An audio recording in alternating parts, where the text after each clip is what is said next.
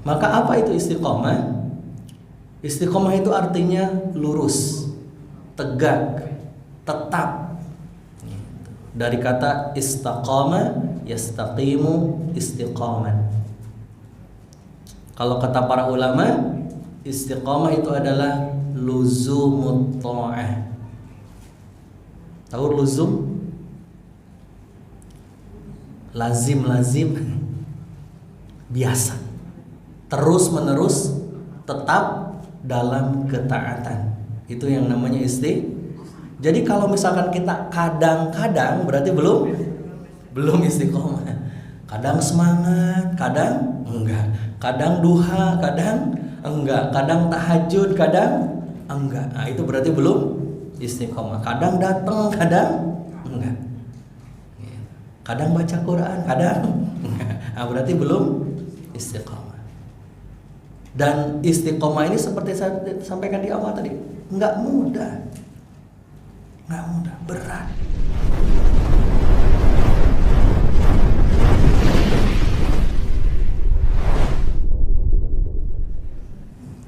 Bismillahirrahmanirrahim. Senyum dulu atau ibu. Nah, biar barokah. Bismillahirrahmanirrahim. Assalamualaikum warahmatullahi wabarakatuh. Ini masih tanggal muda, salamnya kurang semangat ya. Baik, salam itu doa. Mudah-mudahan dengan salam tadi kita jadi saling mendoakan. Mudah-mudahan kita semuanya selamat dunia akhirat, disayang sama Allah, diberikan keberkahan. Gak apa-apa duit banyak, yang penting barokah. Setuju kan Bu? Daripada duit sedikit gak barokah kan gak enak. Assalamualaikum warahmatullahi wabarakatuh. Semangatnya sih sudah, tapi jangan sambil marah Bu ya. Bismillah, alhamdulillah, wassalatu wassalamu ala rasulillah wa ala alihi wa sahbihi wa mawalah, la hawla wa la quwwata illa billah. Asyhadu an la ilaha illallah wahdahu la syarikalah wa asyhadu anna Muhammadan abduhu wa rasuluhu alladzi la nabiyya wa la rasula ba'da. Allahumma salli ala sayyidina Muhammadin wa ala alihi wa sahbihi ajma'in, amma ba'd. Alhamdulillah, puji syukur hanya untuk Allah, Rabb yang telah memberi kita nikmat, memberi kita kesempatan untuk mengumpulkan bekal menjelang kematian. Allah yang memberikan kita kesempatan untuk bersyukur dan mengisi waktu yang Allah berikan ini untuk ibadah. Kita tidak tahu kapan kematian itu datang, tetapi kita yakin bahwa setiap kita pasti akan mengalami kematian. Mudah-mudahan semua yang hadir, kita semua termasuk guru-guru kita, keluarga kita, Allah wafatkan husnul khotimah. Salam dan salawat tentunya mudah-mudahan senantiasa terlimpah ruah kepada junjungan kita baginda Rasulullah Muhammad sallallahu alaihi wasallam, juga kepada keluarga, sahabat dan umatnya hingga akhir zaman. Tuan Guru Al-Mukarram Al-Muhtaram Kiai Effendi, mudah-mudahan Allah memberkahi usia beliau dan ilmunya. Mudah-mudahan Allah senantiasa Allah berikan penjagaan untuk beliau dan keluarga, termasuk keluarga besar Masjid Al-Hakim, yakni pengurus masjidnya semuanya, termasuk ibu-ibu yang hadir di sini pun mudah-mudahan senantiasa dalam penjagaan Allah. Kita hidup dalam suasana yang serba tidak pasti, betul ya? Serba tidak bisa kita prediksi, termasuk pandemi ini. Kita nggak menyangka pandemi akan terjadi di kita. Dunia ini mengalami pandemi hebat seperti COVID ini di tahun 1918. Dan saya yakin ada yang sudah lahir di situ. Nah, jadi pandemi ini adalah pertama dalam hidup kita. Dan sudah ribuan orang menjadi korban dengan wasilah pandemi. Mungkin keluarga kita, orang tercinta kita, jamaah kita mungkin ada juga, tetangga kita, dan masih banyak lagi. Dan mudah-mudahan kita doakan mereka semuanya yang wafat selama pandemi ini diterima iman Islamnya dan menjadi pembuka pintu surga atas kesabaran mengalami pandemi. Serba tidak pasti. Termasuk juga keistiqomahan kita. Betul nggak? Ada yang menjamin kita wafat istiqomah? Kemarin sempat ramai ya, Ustaz Effendi. Ada seorang dokter di ITB, pengurus masjid. Allah Rabbi, subhanallah. Tahun-tahun sebelumnya jadi pembicara tarawih, kemarin murtad. Coba, artinya apa? Tidak ada jaminan kita wafat lantas membawa iman dan Islam. Makanya kita diminta oleh Allah benar-benar dijagain, wala tamutunna illa wa antum istiqamah. Nah, insya Allah kesempatan yang berbahagia ini kita coba diskusikan, kita coba kaji bagaimana agar kita bisa istiqamah setelah Ramadan. Ramadan bakal datang tahun depan? Pasti.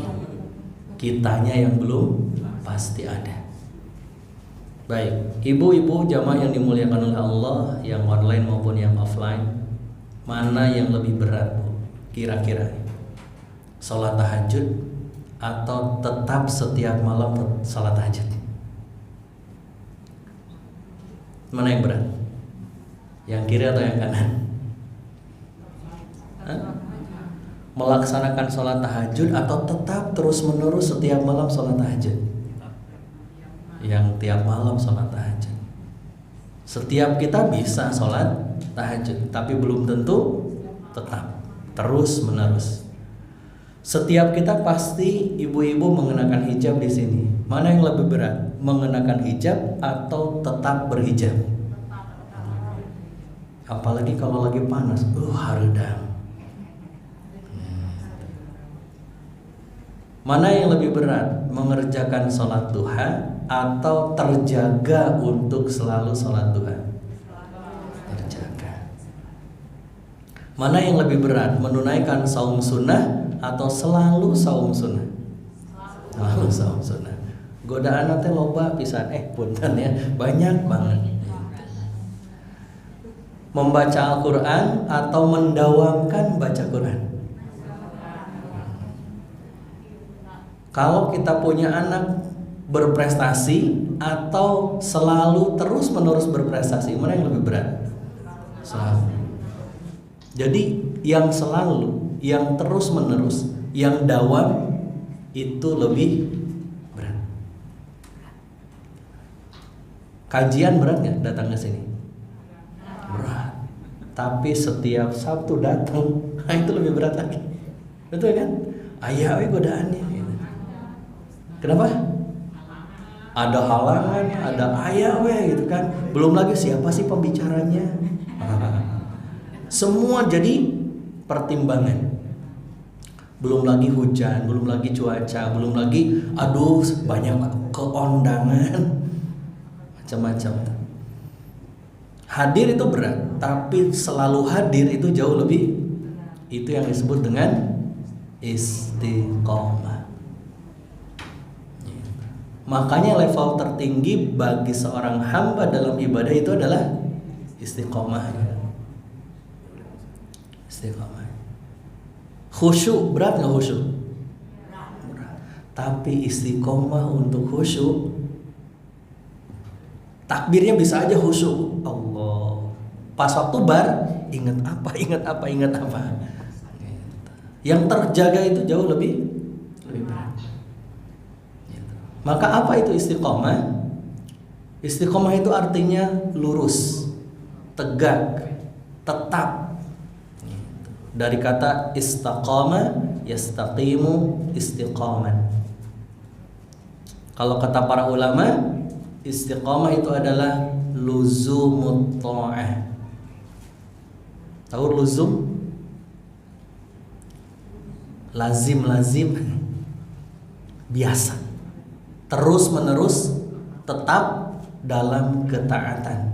Itu yang namanya Jadi kalau misalkan kita kadang-kadang, berarti belum istiqomah. Kadang semangat, kadang enggak. Kadang duha, kadang enggak. Kadang tahajud, kadang enggak. Nah, itu berarti belum istiqomah. Kadang datang, kadang enggak. Kadang baca Quran, kadang enggak. Nah, berarti belum istiqomah. Dan istiqomah ini seperti saya sampaikan di awal tadi, enggak mudah, berat. Maka jamaah yang dimuliakan oleh Allah, Nabi Shallallahu Alaihi Wasallam bersabda, ahabbul a'mal, amal yang paling dicintai ilallahi ta'ala, di sisi Allah Ta'ala itu bukan yang paling banyak, tapi yang istiqomah, walaupun sedikit. Gimana kalau banyak istiqomah? Lebih bagus. Infak misalkan 10 juta setahun sekali, lebih baik 100.000 setiap hari. Kan nilainya tetap lebih gede kan gitu. Jadi yang Allah nilai itu yang istiqomah, meskipun wa in qalla, walaupun sedikit. Maksudnya awalilah dari sedikit istiqomah. Maka Imam Hasan Al-Basri mengatakan, wahai kaum muslimin, rutinlah dalam beramal. Apa? Rutin, meskipun sedikit. Rutinlah sholat duha meskipun 2, 4. Ini mau 12 seminggu sekali Ustaz. Ya yang lebih bagus ya 12, 8 minimal gitu kan, setiap hari. Kalaupun enggak, minimal rutinkan dulu. Baca Quran juga begitu. Bukan 2 juz sehari, 5 juz sehari, seminggu libur gitu kan. Enggak. Lebih baik setiap hari meskipun hanya 2 lembar, 3 lembar. Karena yang Allah cinta itu adalah yang adwamuha, didawamkan. Kita sering kan mendengar kata dawam, mendawamkan sholawat, mendawamkan baca Quran. Itu artinya terus menerus kita lakukan. Ini adik-adik kita di belakang yang latihan karate akan terlatih, akan menjadi ahli kalau istiqomah. Coba kalau latihannya kadang latihan, kadang enggak, kayak saya dulu nggak jadi akhirnya. Baru sabuk putih udah gugur gitu, maksudnya udah selesai gitu. Karena nggak istiqomah. Sama dalam hal apapun. Makanya kalau dalam ilmu training itu dikatakan repetition is mother of skill. Jadi pengulangan yang terus menerus itulah ibu dari pengetahuan, keahlian, kemampuan sesuatu. Ibu-ibu masak akan menjadi ahli kalau terus dilakukan. Saya juga terus GoFood, GrabFood gitu kan, apalagi sekarang ShopeeFood, semuanya pakai handphone Ustaz gitu ya. Istiqomah juga, istiqomah pesan makan. Nah, Al-Hasan Al-Basri mengatakan, ingatlah, Allah tidaklah menjadikan akhir dari seseorang beramal selain kematiannya. Makanya orang itu diwafatkan sesuai dengan kebiasaannya. Kalau terbiasa baca Quran, insya Allah Allah wafatkan baca Quran. Kemarin ada adik kelas saya, masih lebih muda dari saya. Beliau ngelamar karena udah awalnya di Darul Quran, terus pindah kemana. Terakhir dia bilang sama istrinya, mau ngajar udah bosen kerja sana sini, mau ngajar aja. Beneran Bi? Ya, hanya ngelamar lah. Terima alhamdulillah. Kemudian dari pihak yayasan itu harus distandarkan bacaan Qur'annya. Maka beliau ikut standarisasi baca Quran.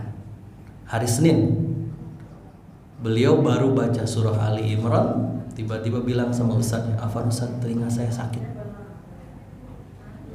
Duduk, setelah itu ustadznya curiga, jangan-jangan kesurupan. Iya kan? Kalau kesurupan kan dibacain Quran suka telinganya sakit, terus muntah, apalagi gitu kan. Ini tambah muntah lagi. Ini sudah hakul yakin. Jangan-jangan ini kesurupan. Setelah ngobrol, enggak usah. Tiba-tiba pingsan. Pingsan, dibawa ke klinik, pas dicek tensi darahnya 270. Kebayang ya? 3 tahun usianya di bawah saya, 4 tahun di bawah saya, tensi darahnya 270. Langsung masuk UGD, ternyata ada pembengkakan di batang otaknya. Coba. Sampai kemudian maghrib tidak sadarkan diri, jam 8.30 wafat. Apa amalan terakhir beliau? Surah Al-Imran. Saya sambil pegang tangannya gitu, lihat wajahnya. Antum bersyukur Allah wafatkan amalan terakhir antum ayat-ayat Allah. Kita belum tentu. Maka istiqomahnya kita, selain kita akan diwafatkan dalam kebiasaan-kebiasaan kita itu, pun akan dicatat ketika kita berhalangan tidak melakukan. Itulah hebatnya orang yang istiqomah. Maksudnya apa Kang Asep? Jadi gini, Nabi SAW mengatakan, "Idza maridal 'abdu", jika seorang hamba itu sakit, au safara, atau dia sedang safar, kutiba lahu, maka dicatat bagi dia mithlu ma kana ya'malu muqiman sahihan. Jadi orang itu akan dicatat seperti amalan dia saat sedang mukim dan saat sedang sehat. Nah pertanyaannya, kita sedang mukim nggak lagi safar, kita sedang sehat nggak lagi sakit, ngapain? Kata Nabi, kalau kita lagi mukim, maksudnya nggak kemana-mana, kita lagi sehat, dawam sholat duha, dawam baca Quran, tiba-tiba sakit nggak bisa baca Quran, maka Allah tetap mencatat selama sakit itu kita membaca Quran. Kita safar nih keluar kota, kita mendawamkan ba'diyah zuhur, kita mendawamkan kemudian sholat rawatib, tapi karena kita safar, kita jamak sholatnya sehingga tidak ada ba'diyah misalkan. Kita tidak bisa melakukan ba'diyah karena di jamak, karena sedang safar itu. Dan sebelum safar kita di mukimnya itu, di rumah kita itu terbiasa ba'diyah, maka meskipun kita sedang menjamak sholat itu sedang safar, Allah tetap mencatat kita sholat rawatib. Indah gak Bu? Cuma kuncinya istiqomah dulu. Kalau nggak istiqomah ya nggak dicatat. Karena yang dicatat itu yang istiqomah. Sampai di sini bisa difahami? Siap istiqomah? Hadir selalu kajiannya? Amin. Mudah-mudahan semuanya istiqomah. Mohon doanya. Saya pun mudah-mudahan istiqomah. Imam Hasan Al-Basri juga mengatakan, jika syaitan melihatmu continue istiqomah dalam melakukan amal ketaatan, maka syaitan itu akan menjauh. Tapi kalau kita kadang sholat, kadang enggak, kadang ini, kadang enggak, setan itu demen sama kita, dekat terus. Mau kajian aja kan, kajian jam berapa? Jam 10. Setan menghalang-halang, udah nggak usah datang. Itu siapa sih pembicara, juga nggak terkenal. Iya, setan kan bisa saja begitu kan? Enggak datang. Pas mau datang, udah kan jam 10. Ini baru jam setengah 10. nanti aja, paling baru pembukaan digoda lagi kan, terus sudah datang pun nanti digoda lagi, teng neng, ada WA, buka tutup tagihan segera lunasi, bayar sekarang awal bulan, nanti kena denda kalau ada aja godaannya. Biar apa? Nggak istiqomah. Begitulah setan. Bukan nggak boleh pegang handphone, boleh. Silakan. Maka seorang sahabat bertanya kepada Nabi SAW, "Ya Rasulullah, wahai Rasulullah, qul li fil Islam, katakanlah atau ajarkanlah kepadaku di dalam Islam qaulan, sebuah nasihat. La as'alu anhu ahadan ba'daka, yang aku tidak akan menanyakan lagi kepada selain engkau." Ajarkan berapa banyak nasihatnya? Qaulan, satu aja perkataan nasihat.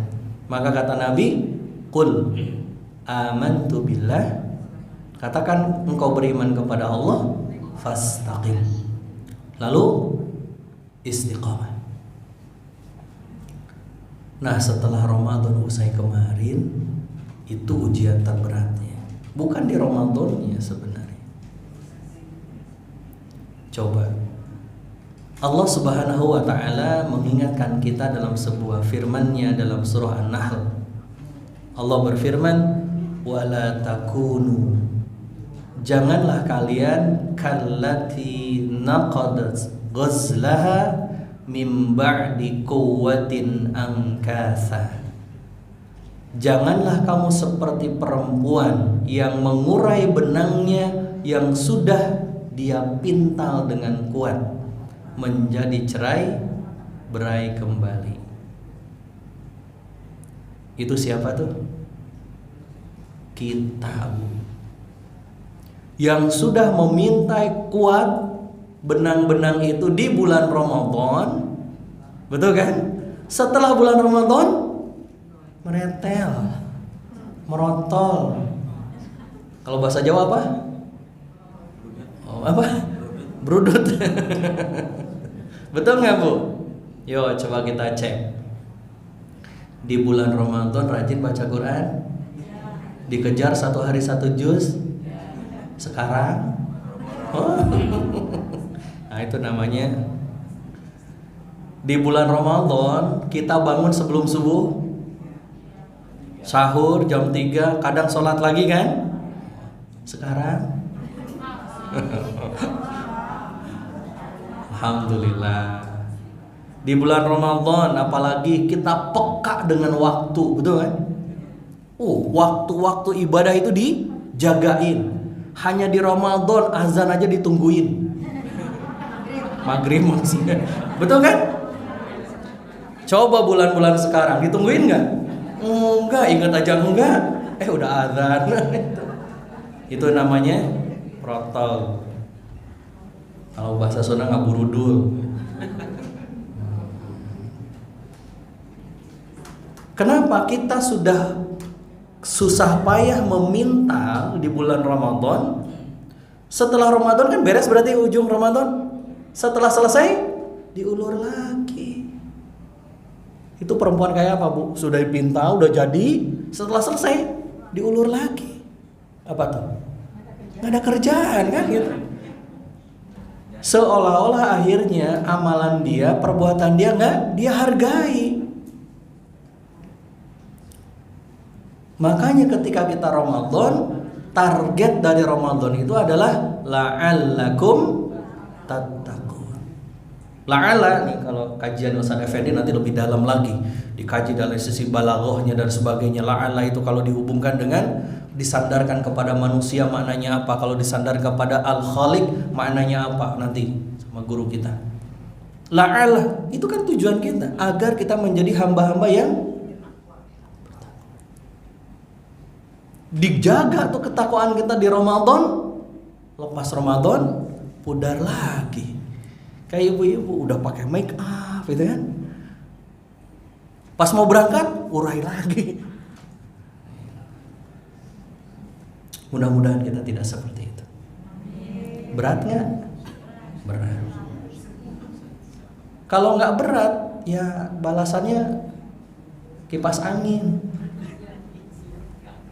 Iya kan? Kayak Agustusan gitu kan. Maka gimana nih biar kita istiqomah? Dan itu menjadi harapan kita semuanya, harapan saya, harapan ibu-ibu, jamaah sekalian. Apa yang harus kita usahakan? Karena istiqomah itu harus diusahakan, harus diperjuangkan, harus diikhtiarkan. Yang pertama, biar kita istiqomah setelah Ramadan, istiqomah itu berbanding lurus dengan keyakinan kita. Semakin kita yakin, insya Allah semakin istiqomah. Kenapa para sahabat Nabi dulu begitu luar biasa keistiqomahannya? Karena keimanannya pun begitu luar biasa. Coba, keimanan kita Bu, kalau mau diukur, kalah Bu sama keyakinan kita terhadap rice cooker. Betul kan? Allah punya janji, sebagaimana rice cooker juga punya janji. Apa janjinya rice cooker? Mampu mengubah beras menjadi nasi dalam waktu 30 menit, bahkan kurang tergantung merek dan harga. Pertanyaannya, ada nggak ibu-ibu yang meragukan rice cooker? Ragu-ragu gitu kan, jadi beras nggak ya? Nggak ada kan? Semua kita yakin banget kalau beras yang sudah dicuci dimasukkan ke dalam mesin rice cooker, lalu kemudian dikasih air, diukur 1 ruas jari, ditutup, colokin ke listrik, jangan lupa ditekan. Setelah itu ditinggalin. Kenapa ditinggalin? Nanti juga jadi nasi. Yakin gitu luar biasa kita. Tapi belum tentu sama janji Allah seyakin itu. Belum tentu sama surganya Allah seyakin itu. Belum tentu sama keutamaan amal kita seyakin itu. Ustaz, baca Quran tuh ya Allah Ustaz, ngantuk Ustaz. Ini baru 1 halaman udah sepet mata itu. Betul kan? Tapi giliran telenovela, giliran sinetron, film 2 jam kuat kita. Giliran konser musik, berita itu yang lagi cerai itu ya berlama-lama itu di sidang itu ditongkrongin kita. Iya itu istri itu kayaknya ini bohong deh ya. Diikutin gitu kan.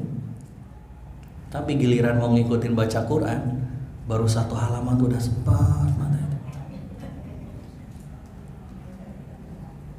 Mau tahajud, bangun jam 3, habis itu matiin alarm, tidur lagi. Keyakinan.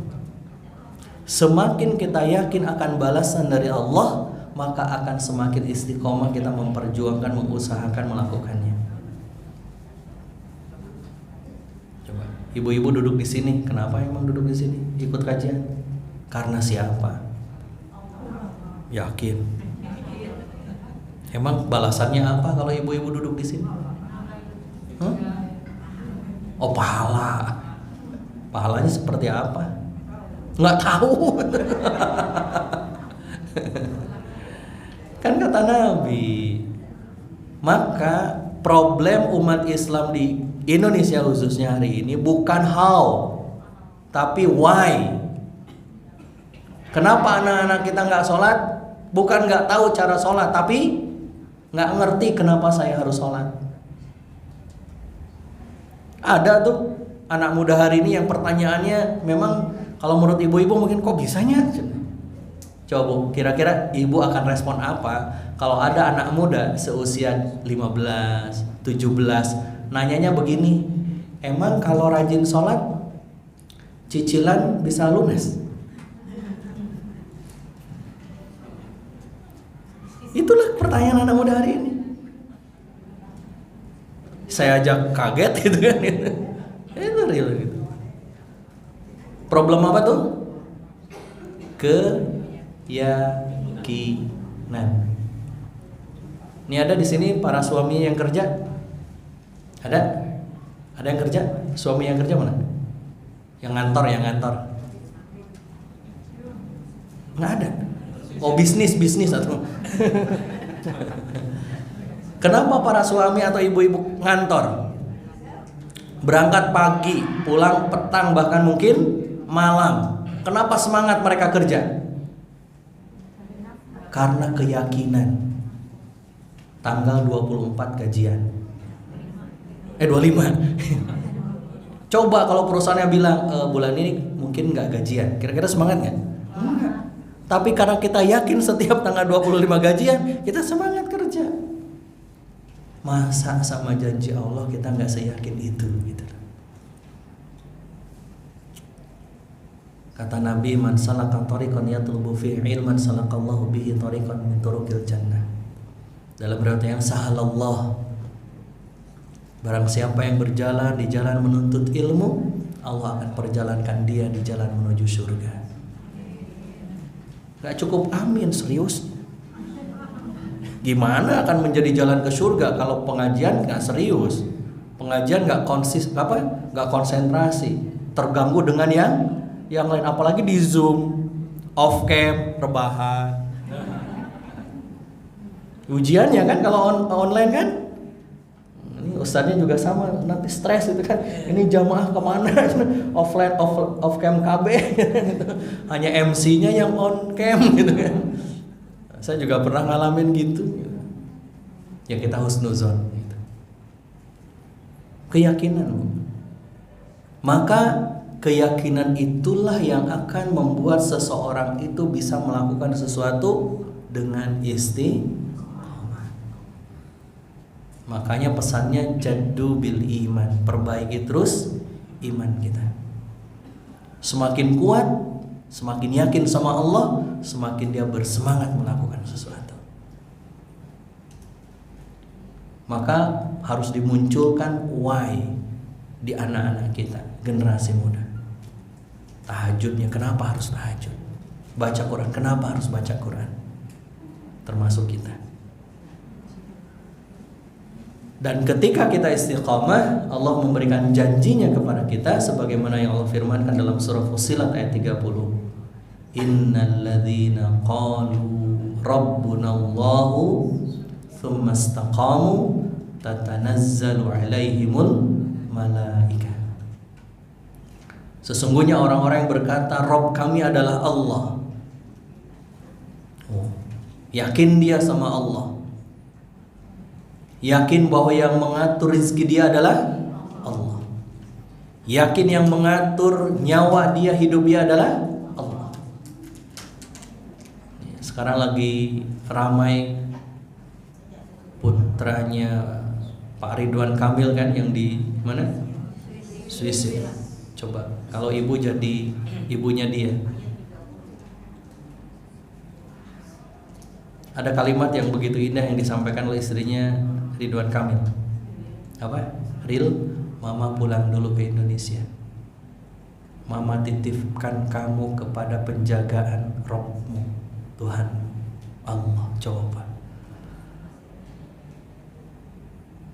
Kita pasti akan merasakan kehilangan.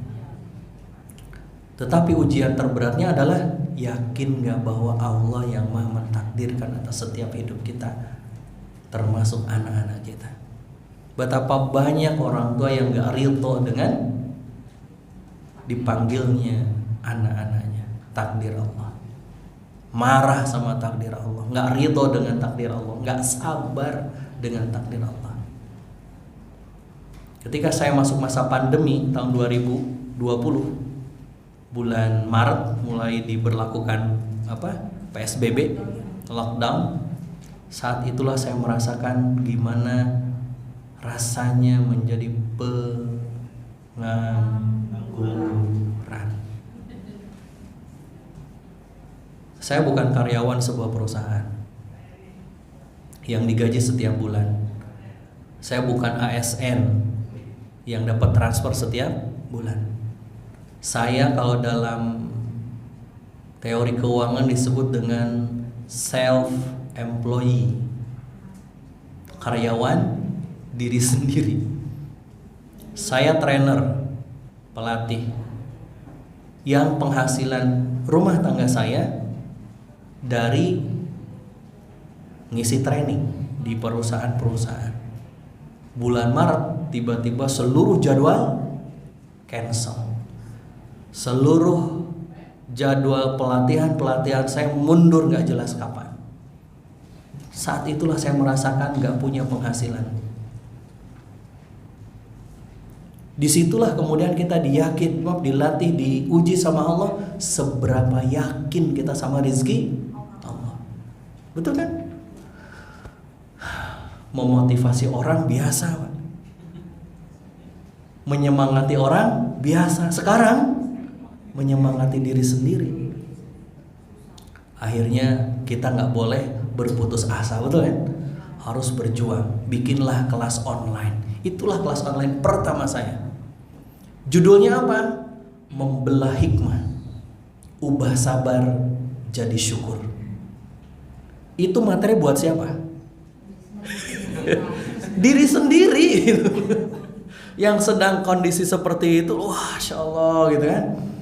Udahlah, bismillah. Yang daftar 65 orang. Hari Sabtu malam. Kelas keduanya Minggu malam. Minggu pagi ini jam 10-an seperti ini, istri saya teriak dari kamar, "Abi, ada apa, Mi?" Pas dilihat, punten mohon maaf, istri saya lagi hamil. Ya.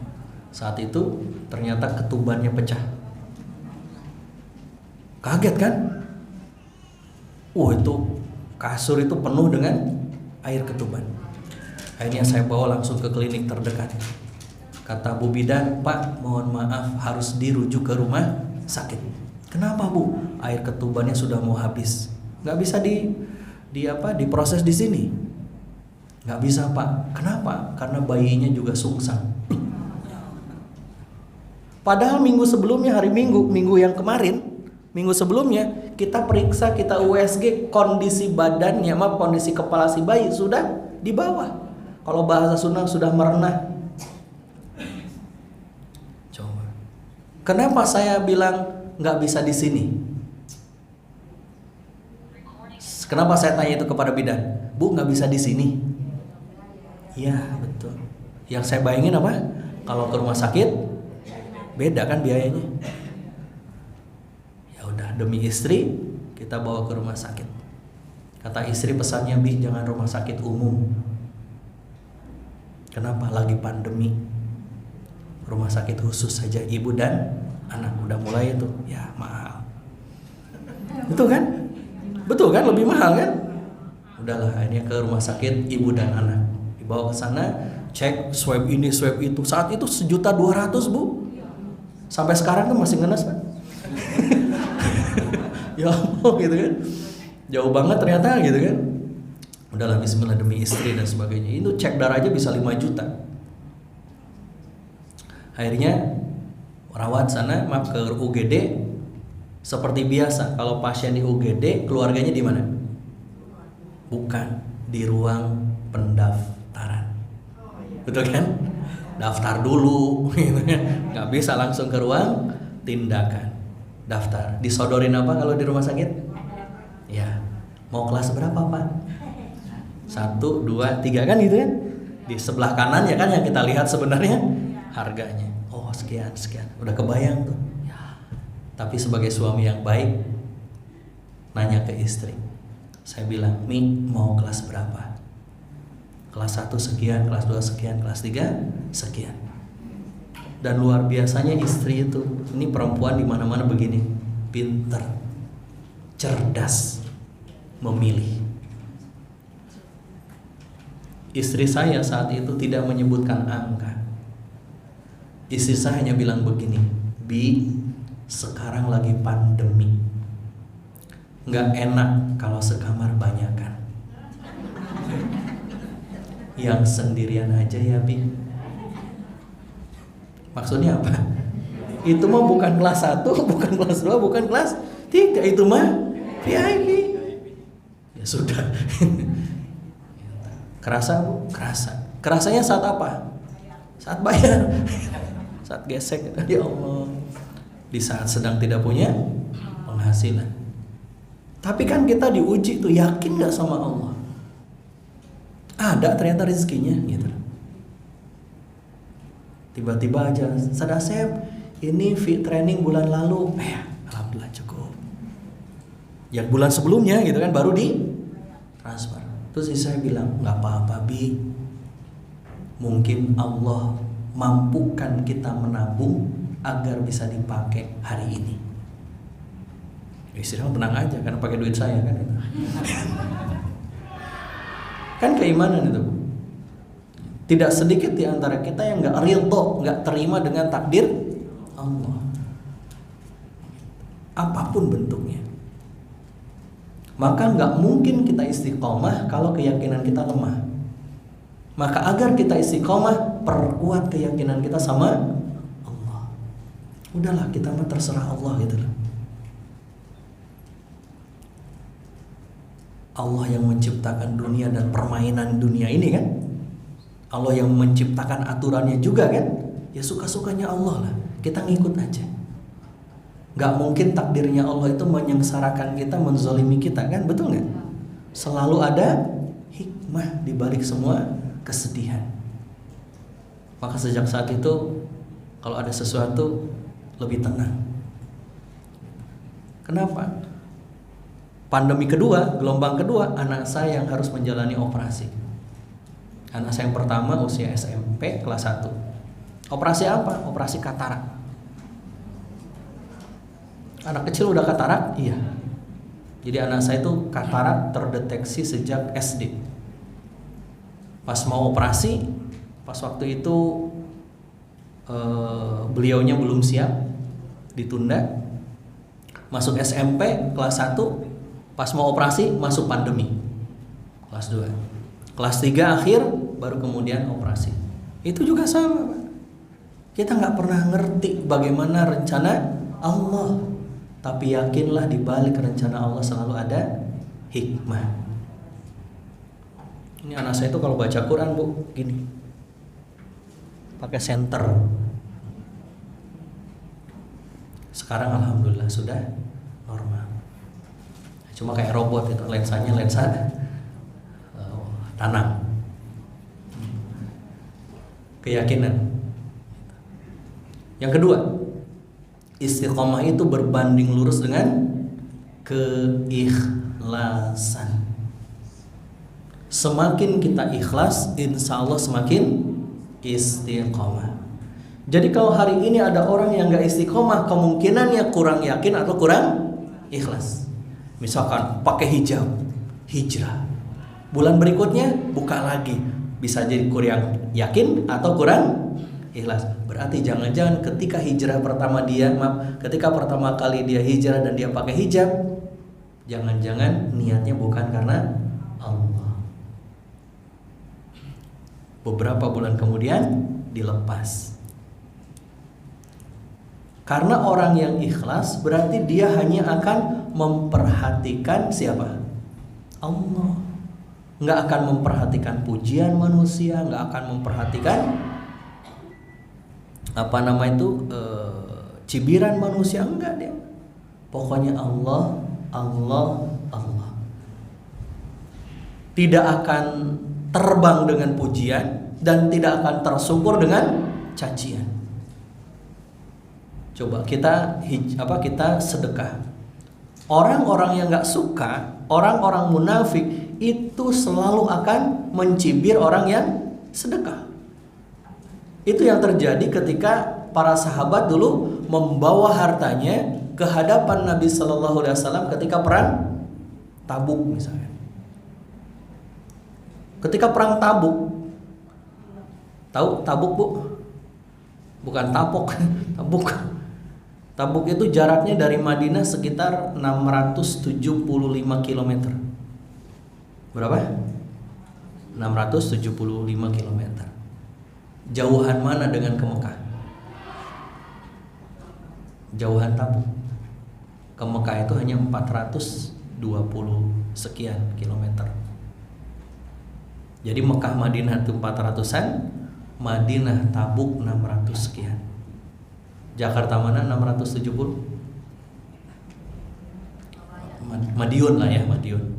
Jakarta Madiun kurang lebih. Dan Nabi menyampaikan ini perjalanannya berat. Perjalanannya berat, jauh di tengah musim panas. Dan saat itu bisa sampai 52 derajat Celcius panasnya.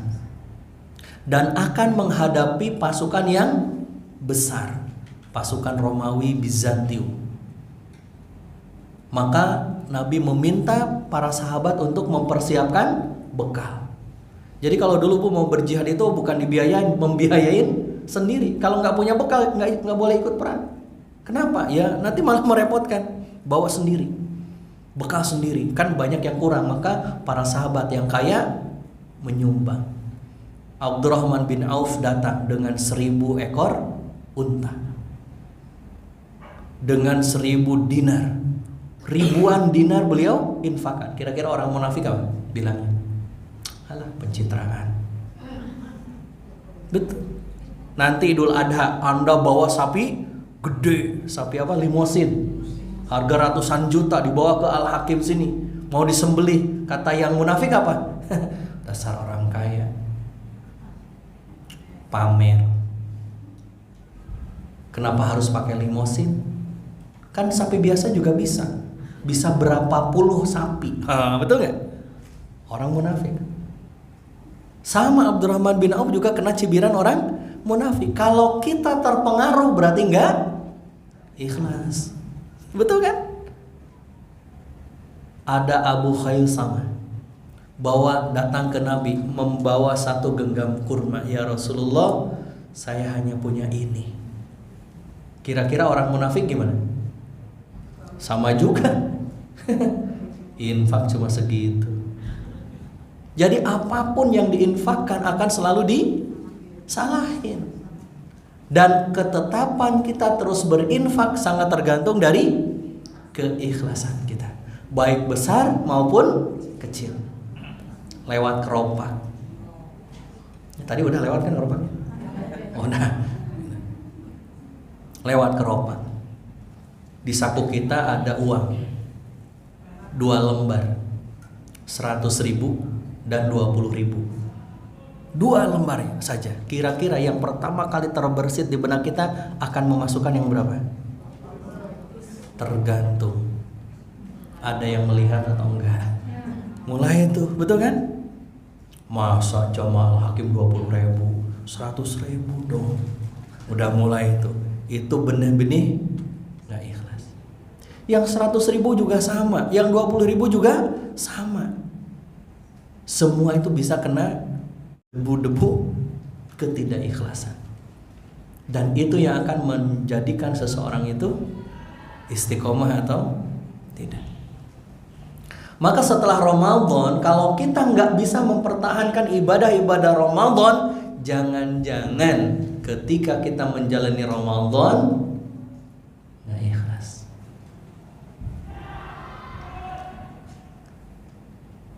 Ibnu Rajab pernah mengatakan, balasan amal kebaikan itu adalah amalan kebaikan selanjutnya.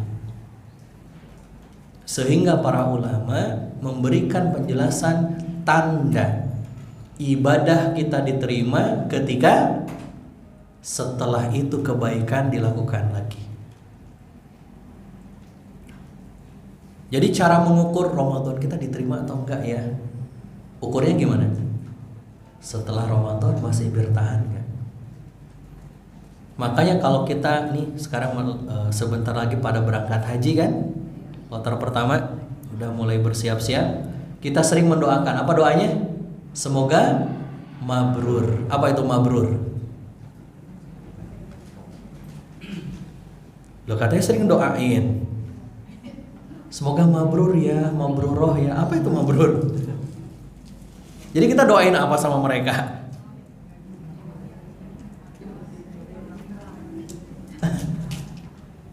Nah ini kesalahan kita. Kita sering mendoakan tapi kita yang nggak ngerti doain apa. Mabrur itu dari kata albir. Tahu albir? Birrul walidain. Apa tuh bir? Berbuat baik. Maksudnya apa? Mabrur itu mudah-mudahan setelah mereka beribadah haji, mereka menjadi lebih baik. Kalau diterima itu makbul. Mudah-mudahan hajinya diterima. Maksudnya makbul tuh diterima. Maka mabrur atau tidaknya seorang berangkat haji bukan di sana, tapi setelah pulang. Terjaga nggak? Jadi lebih baik atau tidak? Kalau setelah pulang haji, pulang umroh, tetap aja sholatnya malas, tetap aja sedekahnya malas, tetap aja saumnya malas, tetap aja gibahnya rajin, terjadwal lagi, istiqomah, gibah pagi, gibah siang, gibah malam, belanja sayur sambil gibah, iya kan? Terjaga gibahnya, berarti tanda-tandanya nggak mabrur. Bukan di sana, di sini. Makanya seorang murid pernah bertanya kepada sang guru, wahai imam, seperti apa sholat yang khusyuk? Seperti apa sholat yang khusyuk? Kata sang imam, sholat yang khusyuk itu nampak dari mulai dia salam sampai dia takbiratul ihram. Betul, kata sang imam, begitulah wahai anakku. Sang murid juga bertanya meresponnya begitu, kebalik kali imam. Sholat itu kan dari salam sampai takbiratul ihram. Kata sang imam, enggak. Khusyuknya sholatmu itu nampak dari takbiratul ihram sholatmu, dari salam sholatmu sampai takbiratul ihram sholat berikutnya. Kenapa? Inna sholata tanha 'anil fahsya'i wal munkar. Kalau habis sholat masih tetap fahisyahnya dilakukan, kemaksiatannya dilakukan, kemungkarannya dilakukan, berarti tanda sholatnya enggak khusyuk. Ramadan juga begitu. Barang siapa melaksanakan kebaikan lalu dia melanjutkan dengan kebaikan lainnya, maka itu tanda kebaikan pertamanya diterima oleh Allah Subhanahu wa taala. Makanya Nabi menganjurkan setelah Ramadan lanjutkan dengan 6 hari bulan Syawal. Dan itu berat kalau nggak ikhlas. Ada kajian, datang nggak? Datang dong. Ikhlas nggak? Mudah-mudahan ikhlas. Tapi belum tentu. Kenapa datang? Kenapa datang kajian? Malu, masa pengurus nggak datang? Malu, dekat rumah ini, masa nggak datang? Malu, kenapa diajakin terus, masa nggak datang? Yang ketiga, hal yang bisa membuat kita terjaga keistiqomahan kita ketika kita bisa bersabar. Maka hanya orang yang sabar yang mampu bertahan. Makanya kunci kesuksesan itu 3. 1, sabar. 2, sabar. 3, sabar. Siapapun dia, pebisnis yang sukses adalah bisnis yang sabar. Pengusaha yang hebat adalah pengusaha yang sabar. Istri yang hebat adalah istri yang sabar. Apakah perlu bisa masak? Nggak perlu. Apakah perlu bisa mijit? Nggak perlu. Apakah perlu bisa nyuci? Nggak perlu. Tapi dia sabar ketika suami minta masak. Dia sabar ketika suami minta pijit. Itu aja. Dan kebanyakan kita nggak sabar. Apa pelajaran dari gambar ini? Di awal kita semangat, di ujung padahal dikit lagi, ya capek, balik. Padahal bisa jadi hadiahnya itu sebentar lagi. Cuma nggak sabar. Seringkali yang membuat kita gagal itu bukan karena nggak mampu, tapi nggak sabar. Seringkali yang membuat kita maksiat itu bukan nggak bisa meninggalkan maksiat, tapi nggak sabar. nggak sabar pakai riba. Atuh udah gimana Ustaz? Sudah 10 tahun ngontrak Ustaz. Kalau nggak pakai riba nggak bisa punya rumah. Sabar. Ustaz, kalau nggak pakai leasing ya, nggak pakai riba ya nggak bisa punya mobil Ustaz. Sabar. Kenapa orang banyak yang korupsi? Nggak sabar. Duit. Bansos dikorupsi, ya kan? Uang haji dikorupsi, bisa macam-macam. Dan korupsi itu sampai RT RW itu sekarang udah kompak. Nggak sabar. Kenapa suami selingkuh? Nggak sabar sama siapa? Nggak sabar lihat rumput tetangga lebih hijau. Dia nggak tahu kalau itu imitasi. Nggak sabar. Dan apa yang membuat Allah memberikan hadiah surga?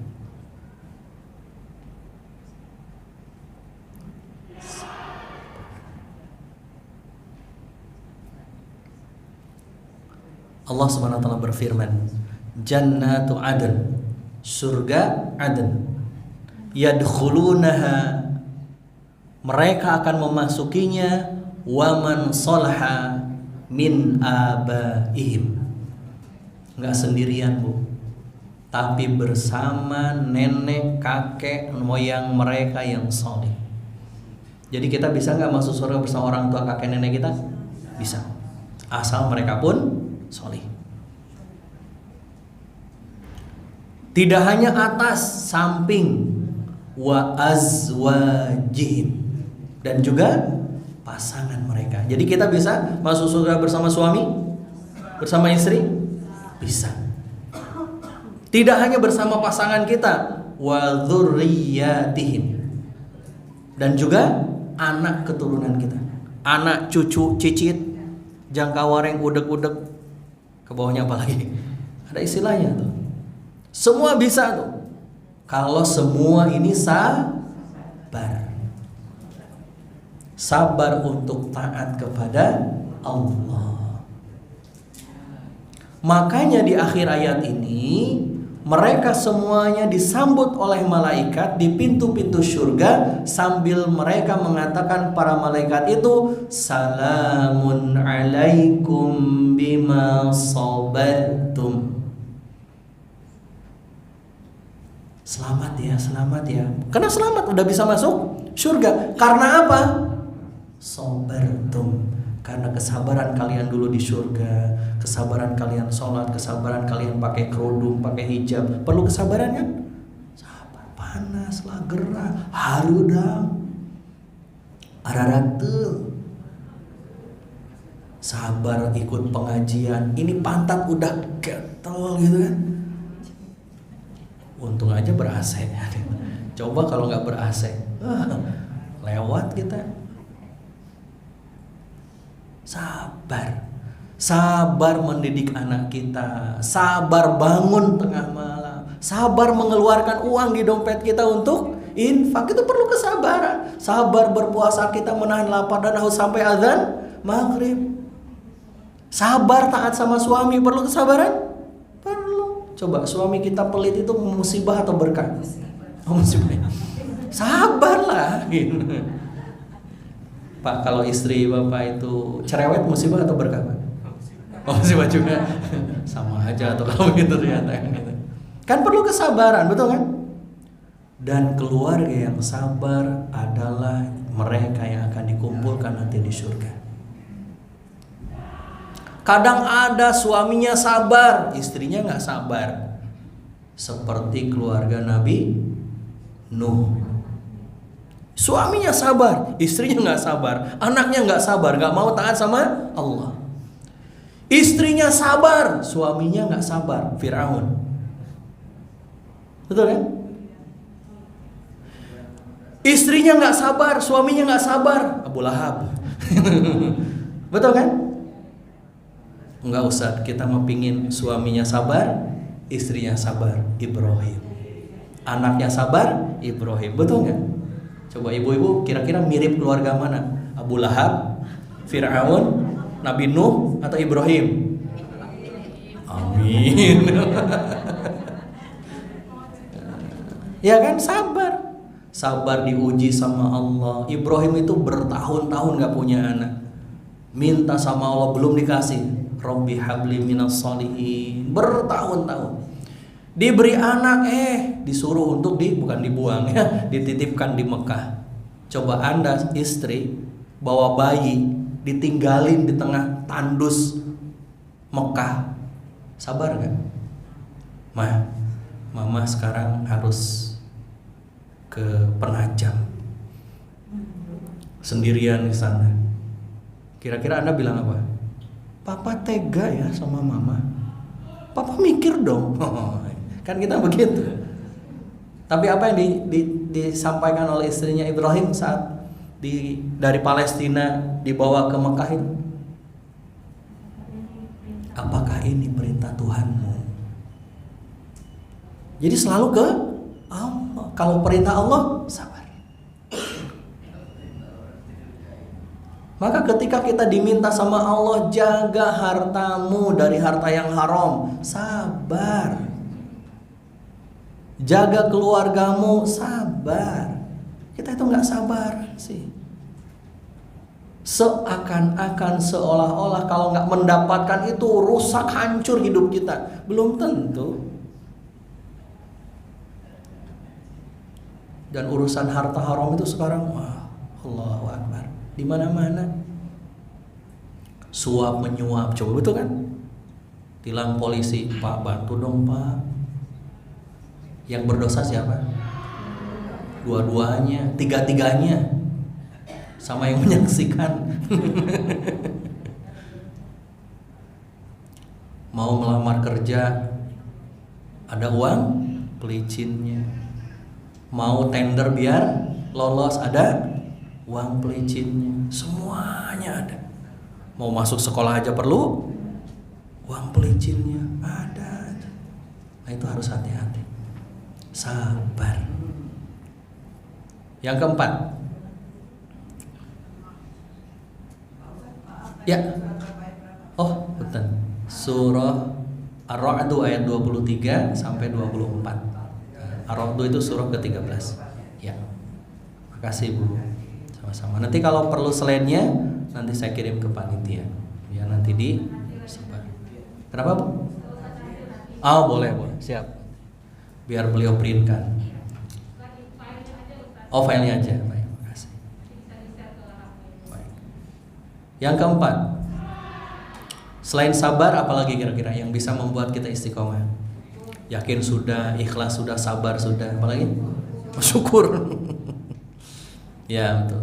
Itu temannya dari sabar itu syukur. Ya, yang membuat kita bisa istiqomah itu adalah lingkungan.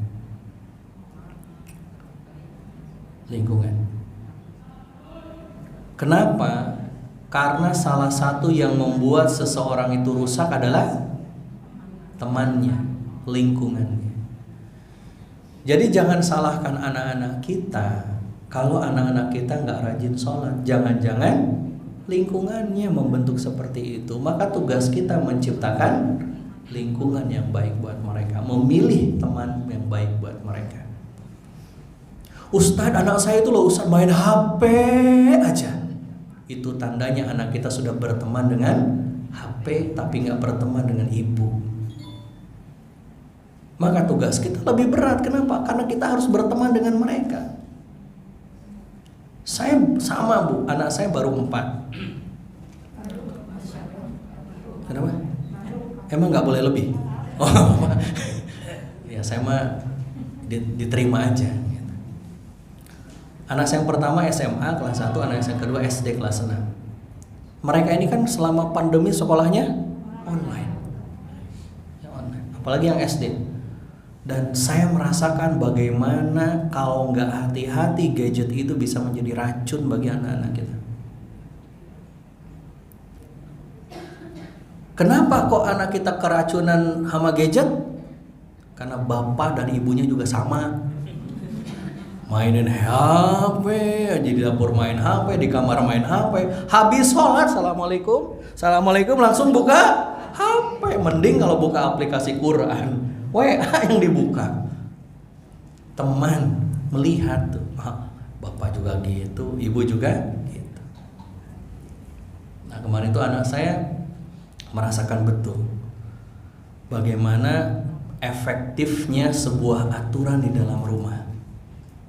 Jadi saya kan membuat aturan kalau main HP itu nggak boleh di kamar, dan anak saya nggak dikasih handphone. Kalaupun ada di rumah itu lebih dari 2 harus izin pinjem ke orang tua. Jadi status HP-nya adalah status orang tua. Anak sekarang kan enggak kan? Anak-anak itu masing-masing punya SD sudah pegang HP. Pinjem. Buat apa nak? Buat ini Abi. Oh ya silakan. Beli tablet juga sama. Ini bukan tablet kamu, ini tablet Abi dan Umi. Kamu boleh pakai buat sekolah. Pakailah tablet buat sekolah. Ternyata kan ada tablet, ada laptop. Dia di tabletnya dia belajar, dengan gurunya di laptopnya nonton YouTube. Astagfirullahaladzim. Tapi kan ya Allah, gimana ya gitu. Akhirnya saya bilang, nah kalau lagi belajar nontonnya stop. Kalau mau nonton nanti saat istirahat silahkan. Dan nontonnya pakai TV aja. TV saya nggak pakai antena sehingga nggak ada acara-acara TV. Jadi hanya connect ke internet. Bareng sama adik-adik, rebutan sama adiknya kan gitu. Rame lagi. Gitu. Tapi ternyata kalau kita edukasi terus, ada hal positif yang bisa mereka maksimalkan dengan gadget. Itulah teman. Dan saya setelah itu bulan setelah Ramadan kemarin, saya kaget dengan salah satu video yang ternyata dia punya channel YouTube. Jadi anak saya yang 6 SD itu punya channel YouTube. Subscribernya itu sekitar 23.000. Viewernya satu video itu bisa 300.000. Saya bilang, bapak kamu aja kalah. Gimana caranya kamu bisa kok video kamu bisa ditonton ratusan ribu orang? Kata anak saya, jadi gini Bi. Jadi kalau bikin video harus pas dengan yang lagi viral. Oke, terus cara bikin hashtagnya juga harus pas Bi. Jadi saya diajari sama anak saya Pak. Ternyata dari mana dia itu banyak berteman ya dengan orang-orang yang di dunia sosial media itu bikin konten maksudnya. Jadi gini Bi kalau bikin video, diajarin saya Pak. Pakai handphone gitu kan. Kamu itu. Jadi iya, Teteh kemarin install aplikasi ini Bi gitu kan. Maka harus hati-hati siapa temannya. Bukan teknologinya, karena teknologi itu udah pasti itu berkembang. Yang harus diperhatikan adalah temannya siapa. Dan itu yang susah dikendalikan. Nah sama kita juga begitu. Makanya kata Nabi, almaru ala dini khalilihi. Jadi seseorang itu akan mencocoki itu apa ya? Sesuai dengan agama khalilnya. Siapa teman dekatnya? Maka bertemanlah dengan orang-orang salih. Insya Allah akan terbawa salih. Kenapa kalau kita lagi i'tikaf kita sholat tahajudnya lengkap? Lingkungan. Coba kalau di rumah sendirian 2 rakaat aja ya, witirnya 1 cukup. Yang penting witir, Ustaz. Kan begitu. Lingkungan itu menciptakan itu sama. Kenapa kalau kita ke Singapura kita nggak akan berani buang sampah sembarangan? Lingkungan. Tapi orang Singapura datang ke Indonesia sembarangan juga. Karena lingkungan. Karena lingkungan. Anak saya yang ketiga itu yang TK itu kan begitu. Kalau ada di mobil gitu kan, dari mobil itu kan ada yang suka lempar apa gitu kan, sampah. Nah saya langsung protes, Abi kan nggak boleh ya buang sampah sembarangan. Oh bagus nah. Ini anak Abi. Tapi kalau misalkan nilainya jelek, anak Umi Nimi, selalu dilimpahkan kepada pasangan kita. Teman, maka mudah-mudahan ini kita berteman di sini, bersilaturahmi di sini, ini komunitas di sini, ini lingkungan yang kondusif, maka jaga itu karena nggak akan bisa istiqomah ketika kita sendirian. Berat. Merasa sendirian itu bahaya. Hati-hati. Maka Rasulullah aja selalu istrinya ngajak, ponakannya, temannya, terus para sahabat yang lain. Biar apa? Kuat. Sama ini juga begitu. Itu yang keempat. Nah yang terakhir, kira-kira apa? Betul sekali. Belum. Yang terakhir, yang kelima, kunci kita istiqomah itu senantiasa minta sama Allah agar kita diistiqomahkan. Yuk, kuis. Apa doa istiqomah? Minta istiqomah. Coba. Apa doanya? Apa doanya? Ya Allah, istiqomahkan hamba. Nah itu doanya. Susah amat pikirnya. Emang nggak boleh doa pakai bahasa Indonesia? Boleh. Banyak doanya. Allahumma rzuqna istiqamah.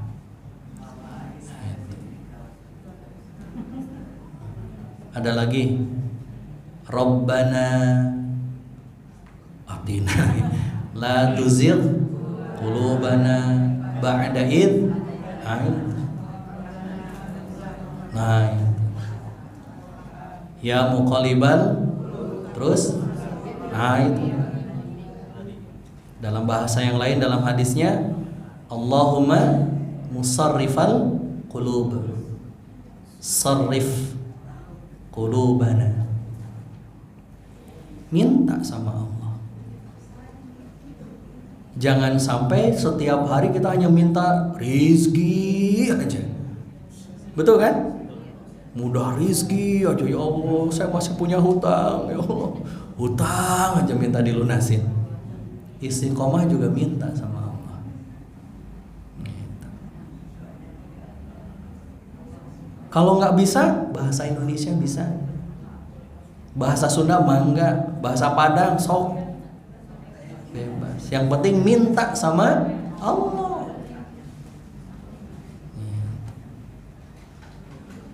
Coba doa ya muqallibal qulub sering dibaca. Habis sholat baca Rabbana la tuzigh qulubana, silahkan baca. Termasuk setiap hari kita minta sama Allah, cuma kita nggak sadar. Coba sehari semalam kita minta dimudahkan rezeki, berapa kali mintanya sama Allah? Keluarga sakinah berapa kali sehari? Tapi minta istiqomah berapa kali sehari? 17. Cuma kitanya aja nggak sadar. Ihdinas siratal mustaqim.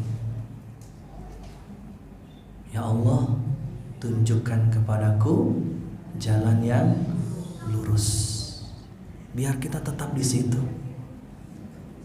Cuma nggak sadar aja kan? Kalau kita sedang doa, minta sama Allah. Mudah-mudahan kita semuanya bisa istiqomah. Kalau Allah sudah memudahkan istiqomah, insya Allah jadi mudah. Karena kita nggak punya kekuatan untuk bisa istiqomah tanpa pertolongan Allah. Bahkan kita pun bisa hadir di sini kajian semuanya karena karunia Allah. Maka Ramadan boleh saja pergi, tapi spirit ibadahnya nggak boleh berhenti. Wallahu a'lam bishawab. Terima kasih ibu-ibu sekalian. Kalau ada yang mau disampaikan, ditambahkan mungkin. Ustaz Effendi, Pak Kiai mau menambahkan silakan. Tafadhol. Bagi jemaah sekalian yang ada pertanyaan, bersilakan untuk yang pertama, untuk 3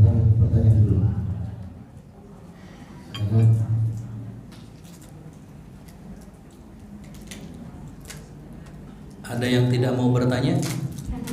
Oh, di belakang, Ustaz.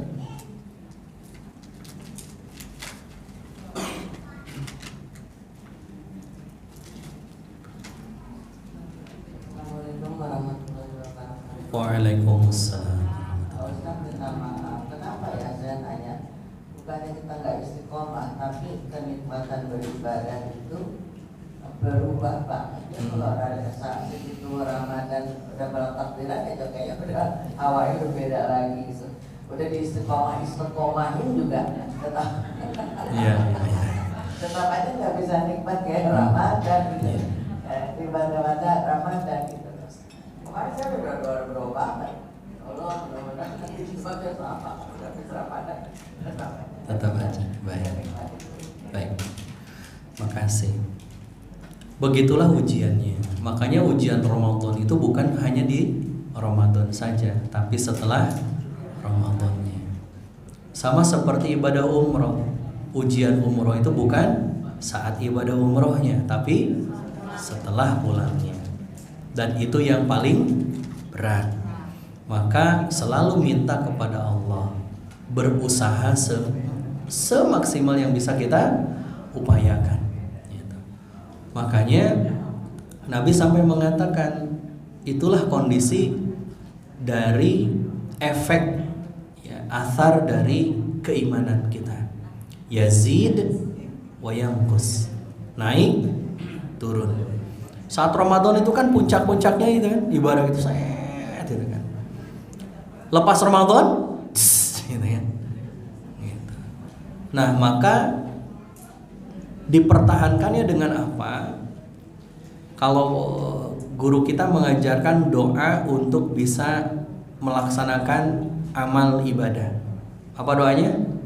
Allahumma paksain aja. Memang perlu dipaksa. Ramadan kenapa kita bisa begitu luar biasa ibadahnya? Karena diri kita memaksa kita kan? Betul. Nah, rasa itu yang harus dihadirkan setelah Ramadan. Pokoknya paksain.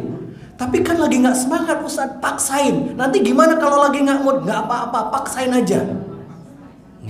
Karena kalau sudah dipaksain akan menjadi irama.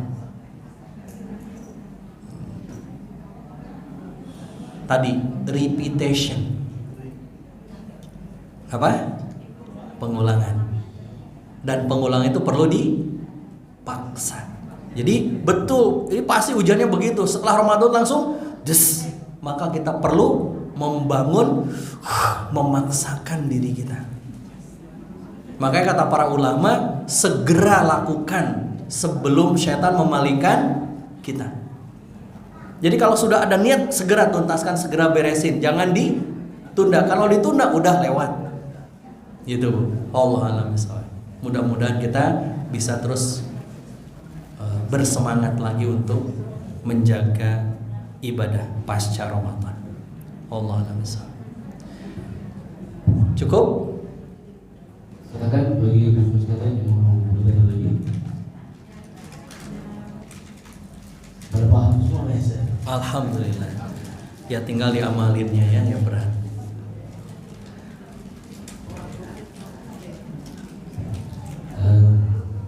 Sudah nggak ada pertanyaan lagi. Mari sama-sama kita tutup. Kita minta pada Tuhan Guru kita untuk menutup pengajian kita pada hari ini. Ibu. Baik, ibu-ibu kita berdoa dulu. Ya, silakan dikondisikan dulu. Baik, kita berdoa dulu. Doa yang diterima itu adalah doa yang khusyuk. Cirinya yang khusyuk itu adalah hudurul qalbi, hadirnya hati. Kalau bahasa anak muda sekarang mindfulness. Nah, bahasa kita mah khusyuk. Nggak perlu pakai istilah-istilah lain. Kita sudah punya istilah sendiri. Bi barakati Quran. Al-Fatihah. Alhamdulillahirabbil alamin. Iyyaka na'budu wa iyyaka nasta'in. Allahumma shalli ala sayyidina wa habibina syafi'ina ya maulana Muhammad wa sallim wa radallahu kulli sadatina rasulillahi ajma'in. Alhamdulillahi rabbil alamin. Hamdan syakirin, hamdan na'imin, hamdan yuafi ni'amahu wa yukafi mazidah. Allahumma rabbana wa lakal hamdu kama yanbaghi li jalali wajhikal karim wa 'azimi sultanik. Allahumma ighfir lil mu'minina wal mu'minat wal muslimina wal muslimat al ahya'i minhum wal amwat innaka sami'un qaribun mujibud da'wat. Allahumma salimna wal muslimin wa ahlikil kafarataka wal musyrikin wa damir a'da'aka a'da'ana wa a'da'ad-din. Allahumma ighfir lana wa li walidayna warhamhum kama rabbawna shighara. Rabbana taqabbal minna innaka antas sami'ul alim wa tub 'alaina innaka antat tawwabur rahim. Rabbana zalamna anfusana wa illam taghfir lana wa tarhamna lanakunanna minal khasirin. Rabbana la tuzigh qulubana ba'da idh hadaitana wa hab lana min ladunka rahmah innaka antal wahhab. Allahumma razzuqna istiqamah. Allahumma razzuqna istiqamah. Duhai Allah, siang hari ini kami berkumpul di salah satu rumah-Mu yang mulia. Izinkan hamba ya Rabb memuji-Mu dan mengagungkan nama-Mu. Duhai Allah yang Maha Rahman, Maha Rahim, sayangi kami ya Allah. Rahmati kami ya Allah. Rahmati pasangan kami, anak-anak kami, orang tua kami ya Allah. Maafkan dosa dan kesalahan kami ya Allah. Maafkan dosa kepada kedua orang tua kami. Maafkan dosa kepada pasangan kami ya Allah. Maafkan dosa kepada anak-anak kami ya Allah. Jagalah anak-anak kami ya Allah. Jadikan mereka para hafal Quran ya Allah. Jadikan mereka anak-anak yang soleh dan solehah. Jadikan mereka ya Rabb sebagai jalan pembuka pintu surga untuk kami ya Rabb. Maafkan kami belum bisa membimbing mereka dengan agama-Mu ya Rabb. Kami belum bisa menjaga mereka, mengajarkan mereka tentang agama-Mu ya Rabb. Ya Allah, istiqomahkan kami dalam ketaatan. Istiqomahkan kami dalam ibadah. Istiqomahkan kami dalam iman dan Islam. Wafatkan kami husnul khatimah ya Rabb. Wafatkan kami sedang membaca Quran ya Allah. Wafatkan kami sedang sholat ya Allah. Wafatkan kami sedang berjuang di jalan agama-Mu ya Rabb. Dan jangan Kau wafatkan kami sedang maksiat ya Rabb. Rabbana taqabbal minna innaka antas samiul alim wa tub 'alaina innaka antat tawwabur rahim. Ya Allah, terimalah ibadah-ibadah kami ya Allah. Terimalah bacaan Quran kami ya Allah. Terimalah sedekah wakaf kami, zakat kami ya Allah. Terimalah segala pengabdian kami yang masih sebentar ya Allah, masih sedikit, masih tidak seberapa ya Rabb. Rabbana ya Tuhan kami, izinkan kami ya Allah berkumpul bersama keluarga kami tidak hanya di dunia tapi juga di surga-Mu nanti ya Rabb. Izinkan kami berjumpa dengan Nabi kami, junjungan kami Kangjeng Nabi Muhammad sallallahu alaihi wasallam. Izinkan kami memandang wajahnya ya Rabb. Izinkan kami ya Allah berdampingan dengannya ya Rabb di surga nanti ya Rabb. Rabbana zalamna anfusana wa illam taghfir lana wa tarhamna lanakunanna minal khasirin. Ya Allah, maafkan atas kezaliman diri kami ya Allah. Maafkan atas segala kemaksiatan yang kami lakukan ya Allah. Rabbana hab lana min azwajina wa dhurriyyatina qurrata a'yun waj'alna lil muttaqina imama. Rabbana atina fid dunya hasanah wa fil akhirati hasanah wa qina adzaban nar. Subhanaka rabbika rabbil izzati amma yasifun wa salamun alal mursalin walhamdulillahi rabbil alamin.